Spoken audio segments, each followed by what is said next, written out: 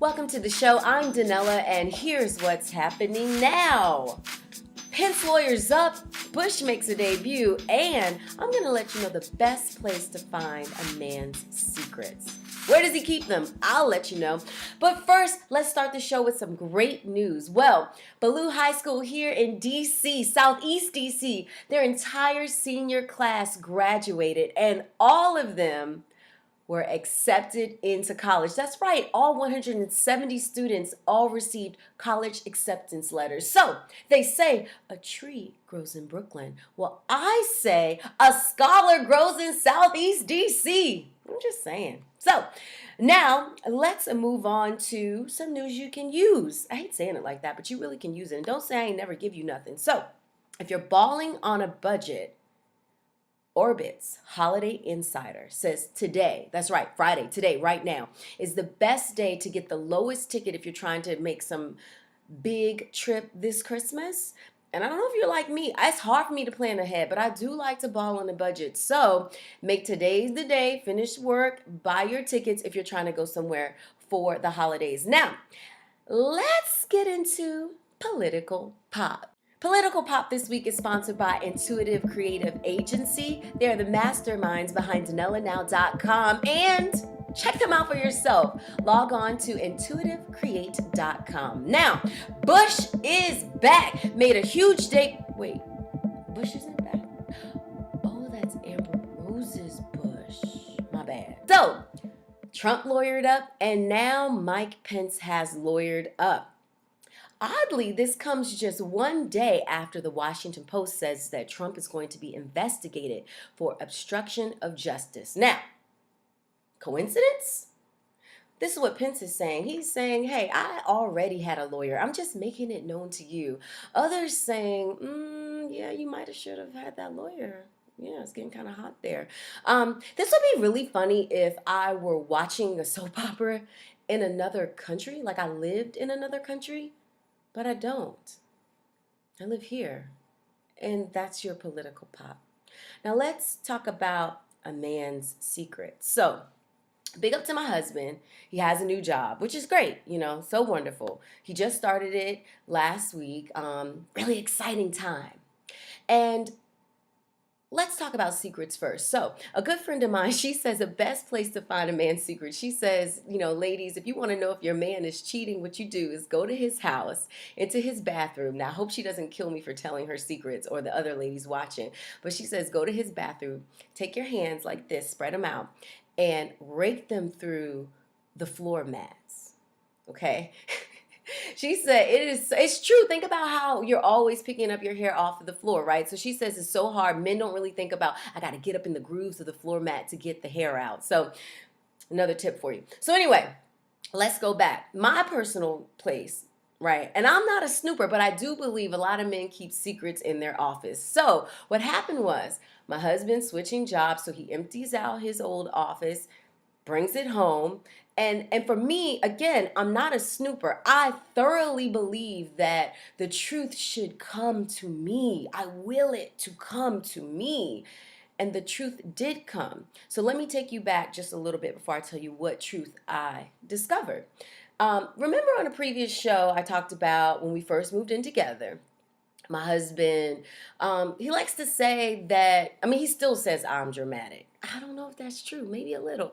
But he says, I just do a lot. When we first moved in together, we're merging our houses, and I'm putting his stuff from the kitchen, and literally I'm looking at stuff from 2010, and it's 2013. That's how old his stuff is, okay? And I'm like, Kyle, man, you gotta throw stuff away, check the expiration date. And it goes beyond that. Even in our home now, he eats old food, and I'm like, it's expired. And he always says to me, Danella, the expiration date is a suggestion. And we go back and forth because he's like, you think you know this and that. And I'm like, you're disgusting. You have the stomach of steel. I don't know how you're still alive. And he really made me think that because I am dramatic, I tend to do a lot. He made me think that I'm doing the most until my nephew Daryl was over and said, hey, Auntie, did you see Kyle's award from work? I said, what award? He shows me this, and it says Human Vulture Award, hereby presented to Kyle. It says for eating anything found lying around. Appreciation. No, legit, this is what it says. So, welcome to Front Street, Kyle. You're a human vulture. And I want to give some tips for you guys because the truth is, a lot of people are like Kyle. You guys think the expiration date is really just a suggestion. So, what I did was I contacted my primary care physician, otherwise known as WebMD. Don't judge me, judge your mother.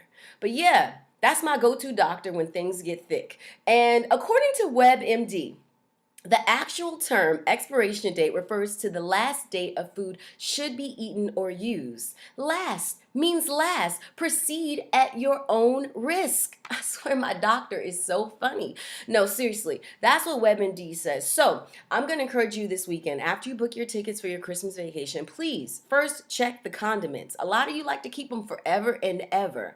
And if the expiration date is old, okay, you could either go hard like me, throw it out, or go hard like the human vulture, my husband, and eat it. But I say go in the middle between throw it out and eating it. Smell it.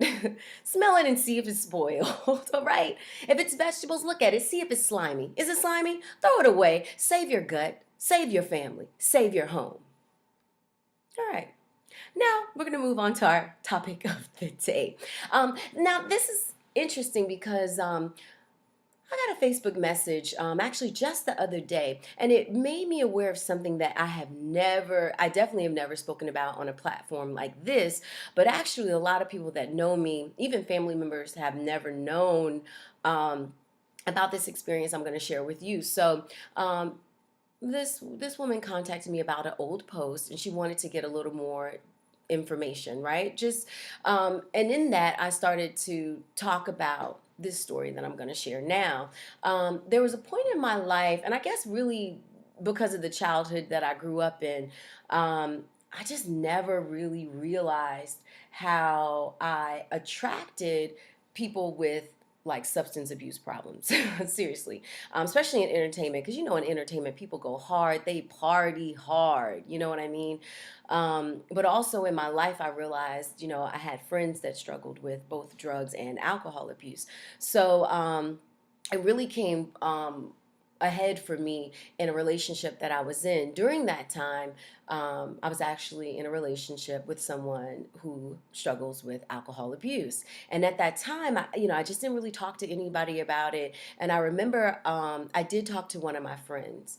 And my friend, this is an older friend, and I often seek advice from her. And she said to me, Danella, I really think you need to look into Al Anon because it seems as though you're having a problem with, you know, control. And I was like, what do you mean? Like I work, like I work hard, I'm successful. I don't feel like I'm having a problem with control. And she said to me specifically that if I didn't, then why does it really bother me so much? Why does it affect me so much what somebody else chooses to do with their body? Now, at the time, and I'm sure she didn't word it that way, I'm sure like when you're in the thick of it, like that's how it felt, you know?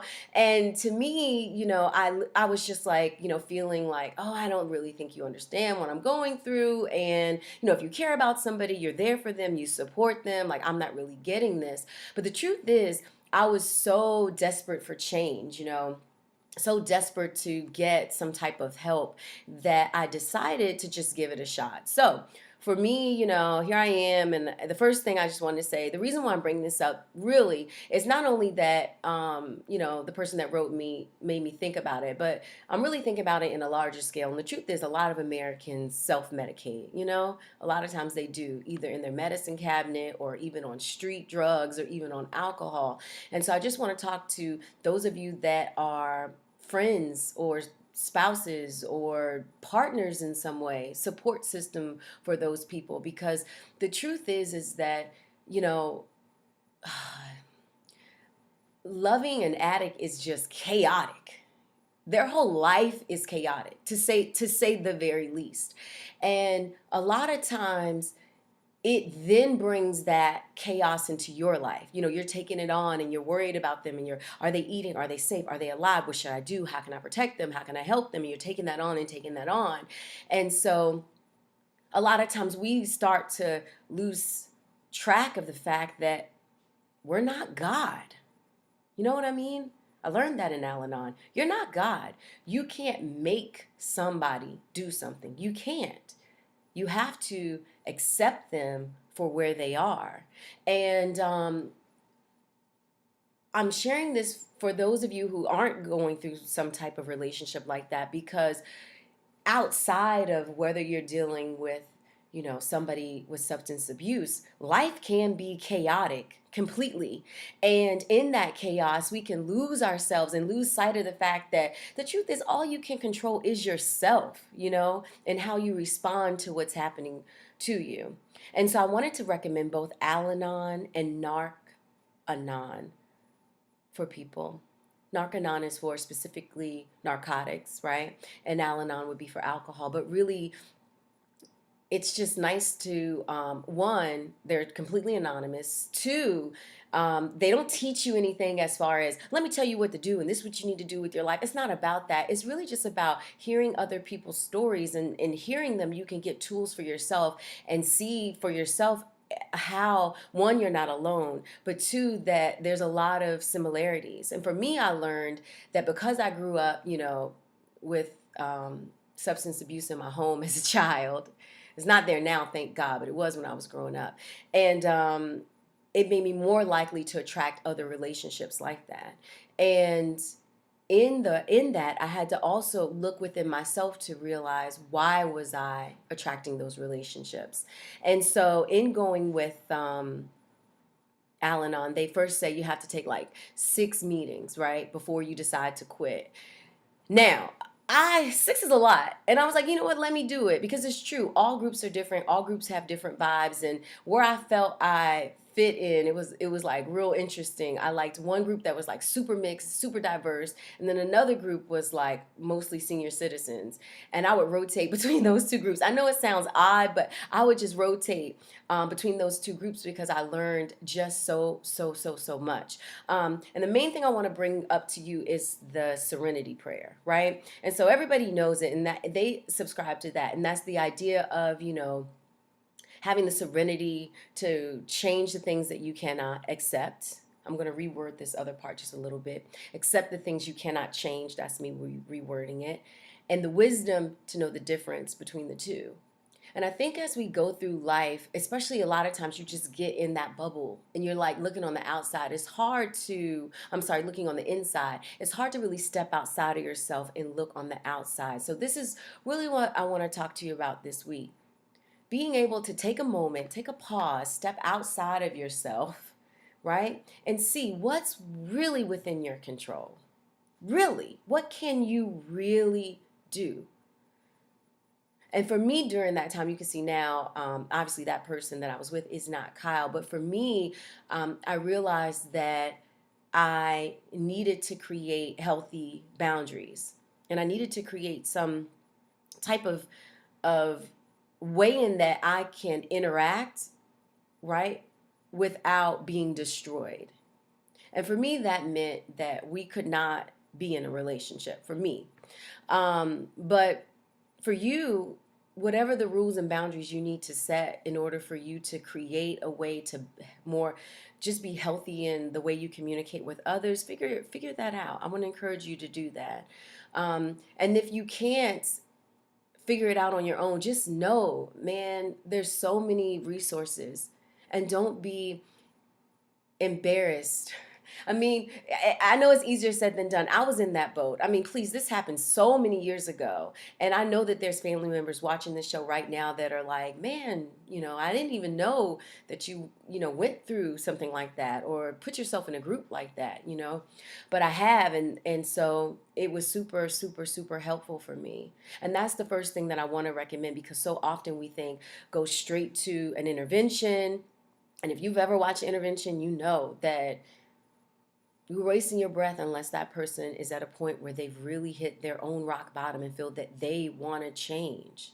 But you still love that person. You still want to be there for that person.